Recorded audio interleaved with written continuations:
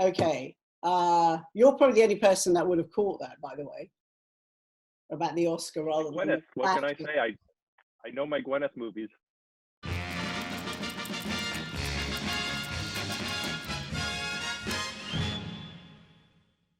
Hello again.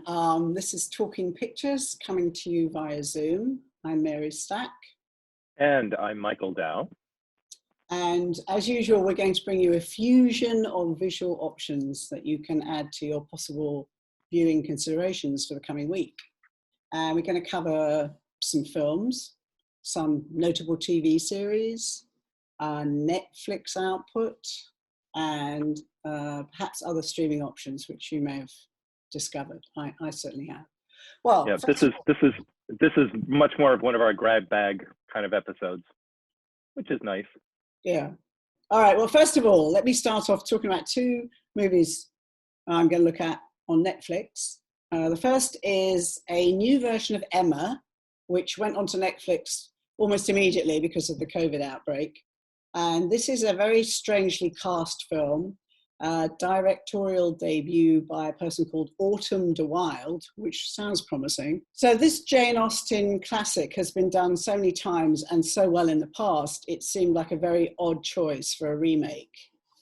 But anyway, it has been done, and I was duped into going to watch it. I actually saw it in the movies because Bill Nighy and Miranda Hart were in the cast, and they're two of my favorite British comic actors. So, but this pair, even these two, can't redeem this ploddy production. It's a Regency era comedy. It's a Jane Austen book, well-known book. Emma Woodhouse is a kind of rich busybody who likes to matchmake people. And she's played by Anya Taylor-Joy, who got lots of... I have no idea who that is. Could you tell me? I'm just about to tell you. Okay, I'll be quiet. I'm sorry. All right, sorry. So Emma is a Regency era comedy, and it's a story of a rich busybody matchmaker, Emma Woodhouse, who's played by Anya Taylor-Joy. And she got a lot of press recently when she played Amy in Little Women. But she is terribly miscast in this role. She is meant to be this well-liked, well-intentioned person who kind of catastrophically interferes in love affairs, but means well. This casting is a wooden, unlikable creature, and one is hard-pressed to believe that the lovely, noble Mr. Knightley, who's played by Johnny Flynn very beautifully and poignantly, would ever tolerate this cruel, selfish, I was going to say cow, cruel, selfish woman for a potential mate. So with that, the dialogue is stilted. I was not transported to a place of delight, which I normally am with Austen productions. If you really want to see a first-rate production of Austen's Emma, then go back to Gwyneth Paltrow's brilliant portrayal of the lead, which won her an award for the role of Best Comic Actress. Emma is congenial, charming, she's well-intentioned, but believably gauche in the ways of love.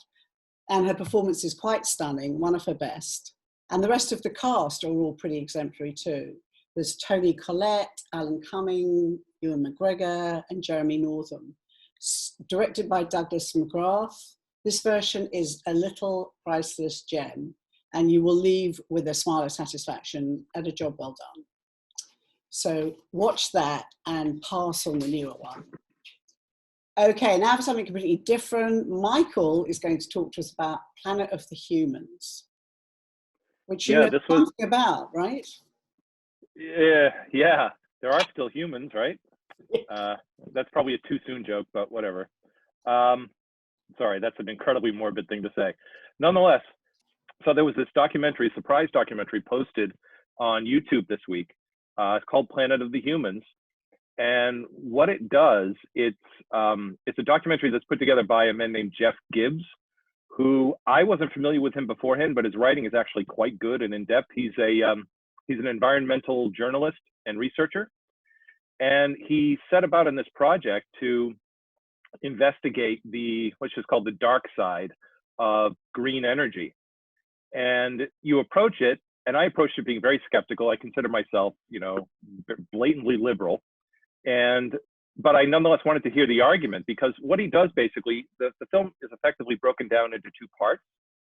The first part focuses on the various forms of green technology and science that we're all readily familiar with these days, like wind power, solar power, that kind of stuff.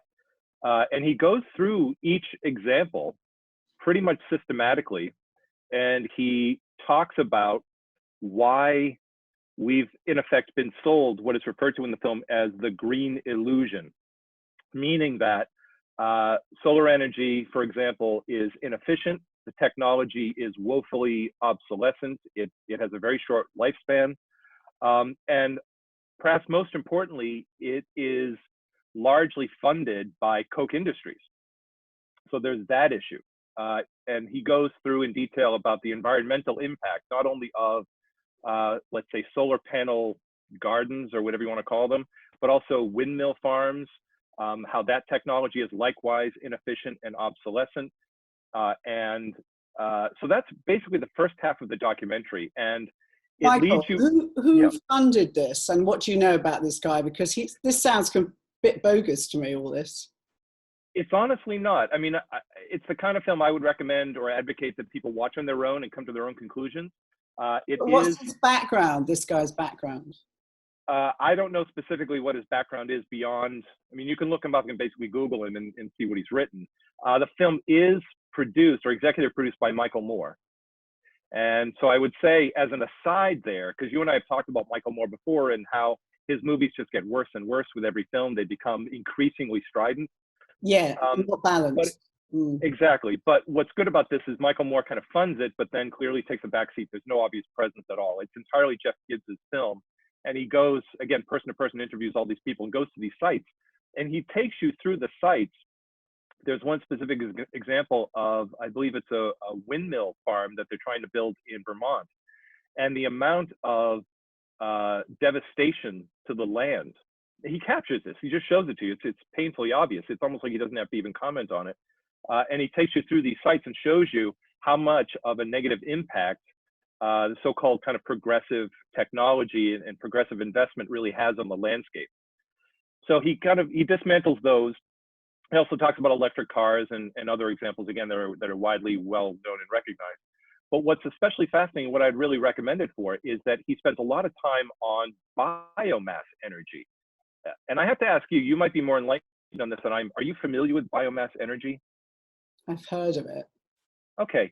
What it basically requires is the use of natural sources to produce energy. And this can range, this ranges. Geothermals and... Exactly, and it ranges widely from the use of trees, shaving trees down to wood chips and then burning wood chips, to the use of garbage. And the film even implies that animals may be used as a rendering source for new energy. So what really struck me hard was the way in which biomass is becoming the new so-called liberating energy source. But at the same time, it's in some respects the most damaging and the most devastating because Who's using this though, the third world? It's not one of the alternative methods in this country. Right, that's why I say it's largely up and coming now. But the big issue now that they're facing is rapidly increasing deforestation, and for that matter, and what's really upsetting, to be honest with you, is the way in which fossil fuels, natural gas and such, that we still rely on that infrastructure in order to produce the technology required for biomass production. This is a very convoluted argument, Mike. Yeah, this is why I say, I mean, as I say, I won't go too deep into the weeds in terms of the argument, but it is to say that I was, number one, fairly convinced by the argument. And secondly, I would obviously recommend person to person that people check it out and really look into the extent to which we might be led down a kind of illusionistic path as far as progressive energy is concerned. Check it out for yourself. I mean, again, I'm not proselytizing this film, but it is remarkable the extent to which big business is entering into the picture, taking over, co-opting so-called environmental heroes like Bill McKibben or Robert F. Kennedy Jr. The main message ultimately, and I think why it's such an interesting, let's say, text to take a look at these days, is that we're all right now in the midst of a situation where we have no choice. We have to fundamentally alter our own personal behaviors, right? And our lifestyle. And the ultimate message of the film is, I think, that we can't rely on the kind of green god, as it were, that, you know, technology is going to save us so much as we need to fundamentally alter our own behaviors, and that it does ultimately come down to the people changing. A kind of an entirely different kind of sociological perspective needs to change pertaining to consumerism. And never mind the fact that if you look at these reports nowadays and how the earth is healing itself already in such a short period of time amongst this pandemic, it's a curious counter argument. The reason, as I say, why I would recommend it, it's a curious counter argument that I haven't really seen or heard anyone methodically make, aside from, let's say, alt-right sources. I've heard the right to make those arguments repeatedly. Yeah. So I would simply say, watch it with an open mind. Listen to Richard Attenborough's counterpoint with an open mind. David Attenborough.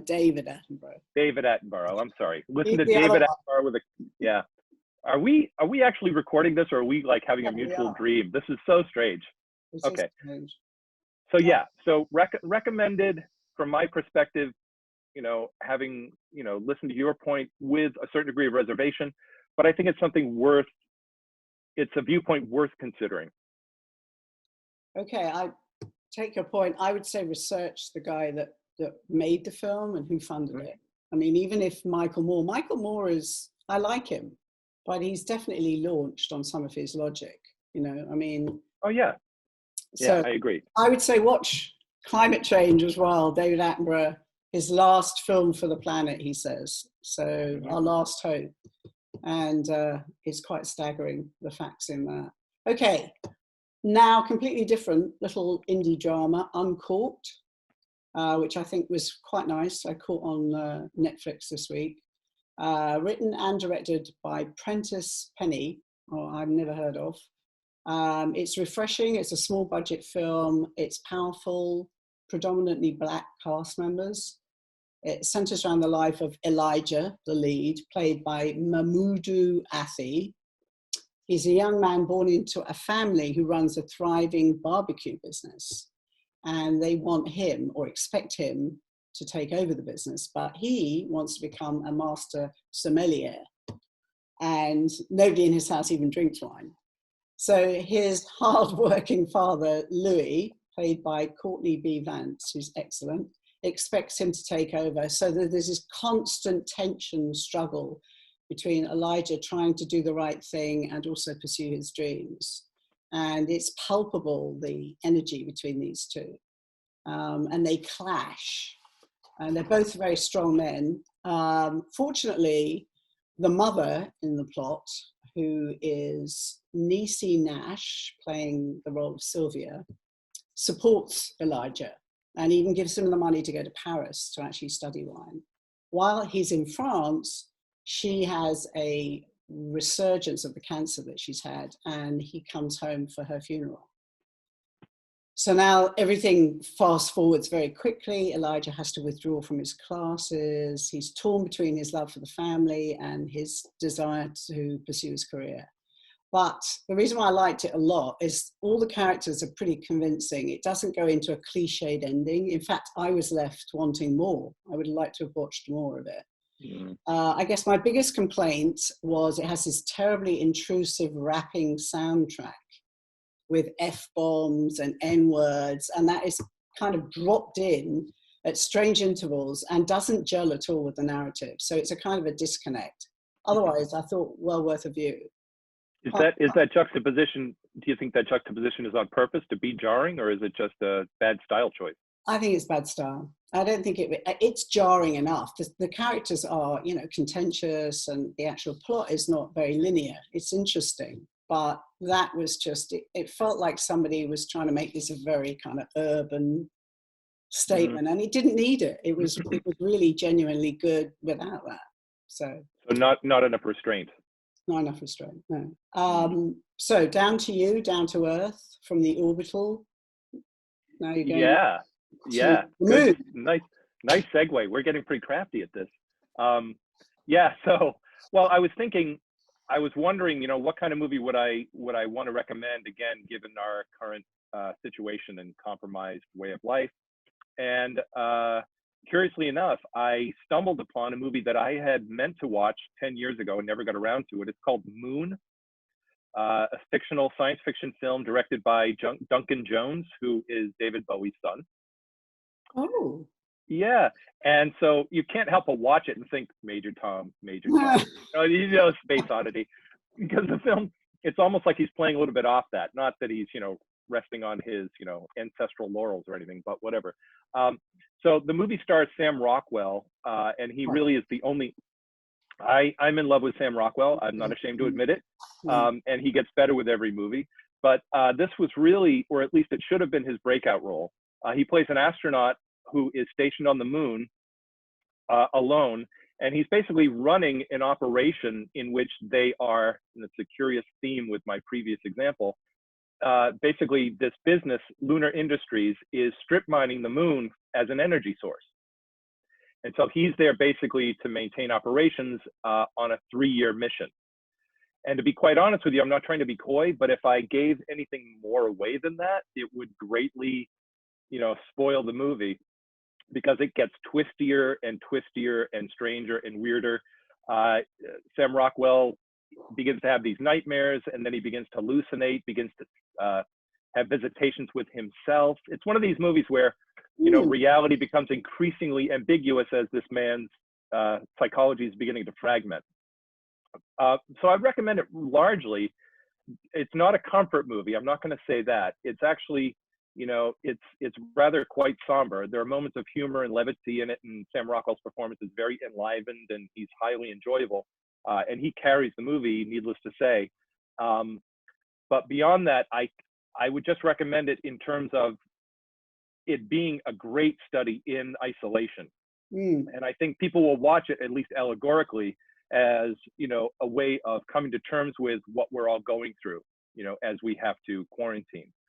A couple other things to say about it as well. And I know we've said this before when we've talked about science fiction. It's another movie that borrows so heavily from 2001. I'm beginning to think I need to. Thinking Kubrick while you were saying it. I'm beginning to think I need to write that book, In the Shadow of 2001, and how it changed sci-fi forever. There may already be a book out there. I'm not familiar with it. Another quick reason why it's so similar to 2001 is that Sam Rockwell's only accompaniment on the moon is artificial intelligence through the guise of a computer, not HAL from 2001, but this time the computer's name is Gertie, and he's voiced by Kevin Spacey, which even triggered me a little bit. So I can imagine it might trigger a few people, but he doesn't ruin it for you by any means.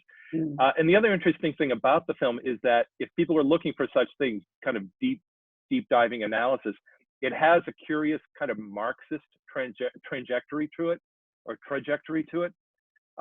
because Sam Rockwell's character kind of gets in touch with himself, comes to terms with his reality, and then further comes to realize, in a kind of revolutionary form of enlightenment, comes to realize that he is being grossly exploited by the corporation he's working for.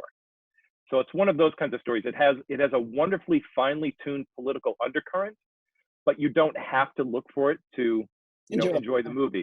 But it's highly enriching, because you really, and when I notice things like that, I love seeing it, because I recognize, okay, these are filmmakers who really know what they're doing. And especially when you're working in science fiction, ambiguity can work either for you or against you. A filmmaker might not know what they're doing, so they'll make it deliberately vague. But you don't get that impression with Moon. You really get the sense that the filmmaker knows exactly what the message is that he's delivering kind of below the surface. And it is the kind of movie of all the other space films that I should revisit, like Bowie's in the Man Who Fell to Earth, right? Oh, I love The Man Who Fell to Earth. Yeah, Nicholas Roeg. That's a movie that's crazy ambiguous, but it's a lot of fun for that reason. Yeah. So that's, maybe we should visit that as a theme.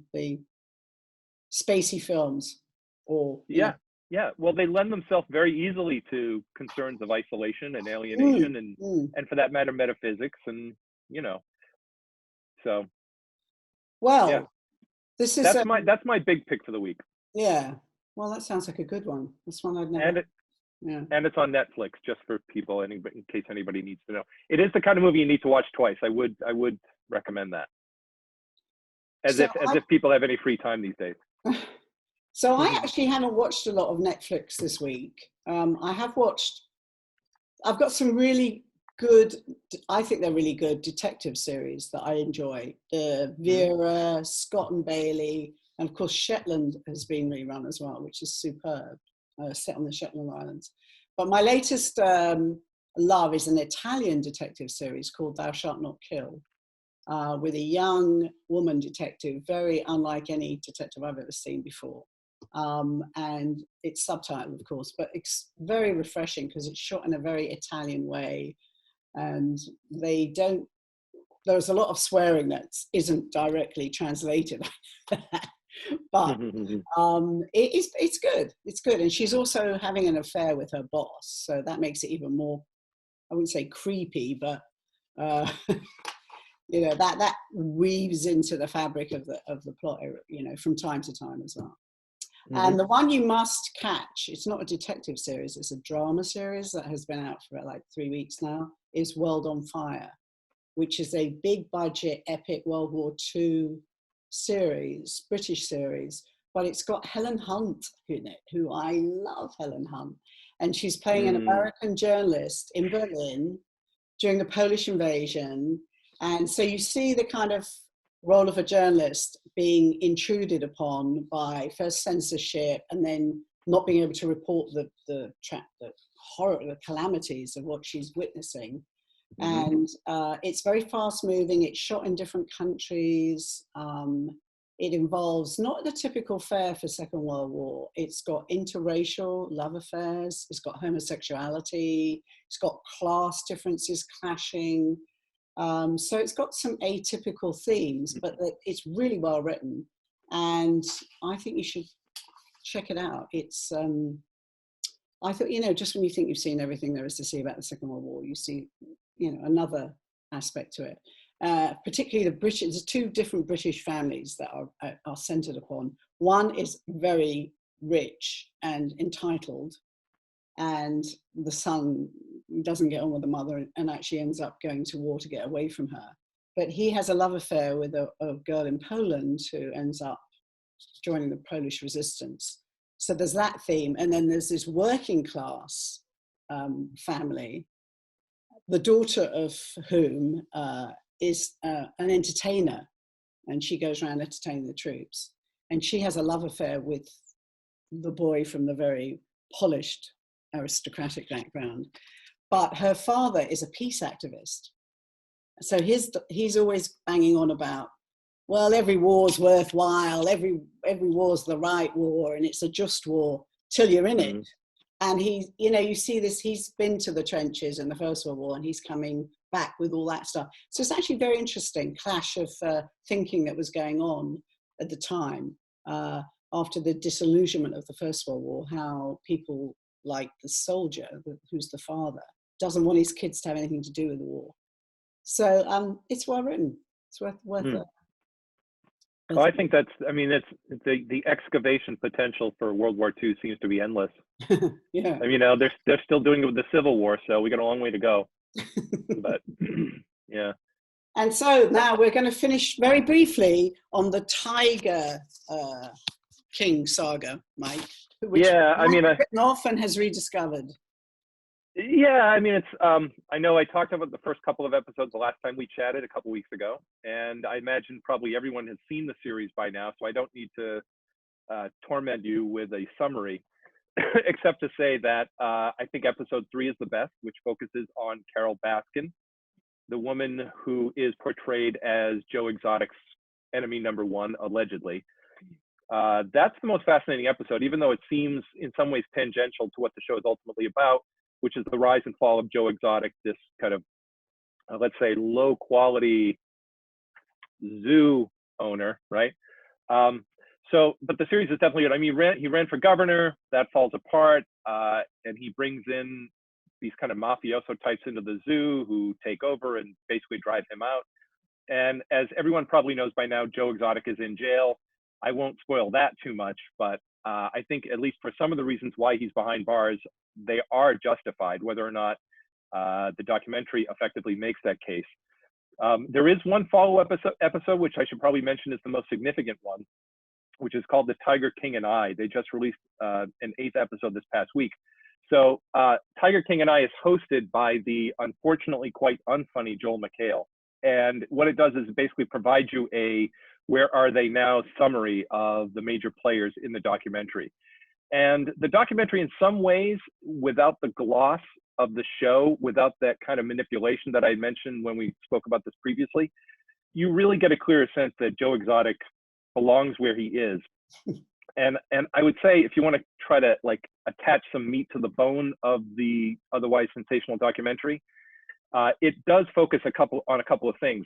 Animal exploitation, which is an extreme environmental issue that we're not dealing with. That's terribly important.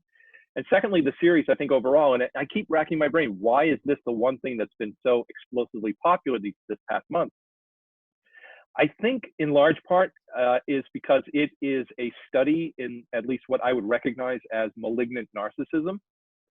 And it shows how much a kind of stupid, no talent blowhard can get away with, right? If you give them an even modicum amount of power. So, I mean, that has to be, you know, the reason why people are watching it. I can't honestly justify it otherwise. As much as I enjoy it, as much as I like the kind of sordid melodrama of the series, you know, my attitude is always, okay, but what is this show's or this movie's for that matter? What is its placement in history? How does it speak to us? How does it operate as a kind of a means of communication for us as a society, and how does it reflect where we are in this day and age? And I think the show confronts a lot of issues that, you know, we are struggling with our own leadership. If I say any more than that, I'll be, you know, well, you could say this again, being strident. Common theme of lockdown. You know, the animals lockdown, we're in lockdown. Yeah, and two, you know, and I will just say, because I've been listening to a lot of you know, a lot of podcasts now, and somebody this point was recently made that I thought was an excellent summation of what's happening to us. Is that in some ways we are, as a society, being exploited. I'm not going to politicize too much, but there is this sense of, you know, we had to abandon our jobs, not by choice. We are forced into a kind of containment situation. I'm not going to say prison, that's ludicrous, but, you know, we are all effectively and voluntarily contained, you know, and we're not really being taken care of. Like, you know, our needs are not being met in the current state that we're in. I hope a week or a month or a couple months from now, things will improve. But right now, we really do, that sense of feeling caged by the incompetent powers that be, I think, in some respects speaks to where we are. Wow, you opened the cauldron there, Mike. Yeah, should we just end it? Not being met. I mean, you'll never see me, if you never see me again, you'll know somebody got to me. Right. So that's my 2-cent conspiracy for the week. Okay, so, well, I hope we've given you some food for thought and stuff to watch and think about and enjoy even. So I would say it's goodbye from me, Mary Stack. And goodbye from me, Michael Dow. See you soon. Take care.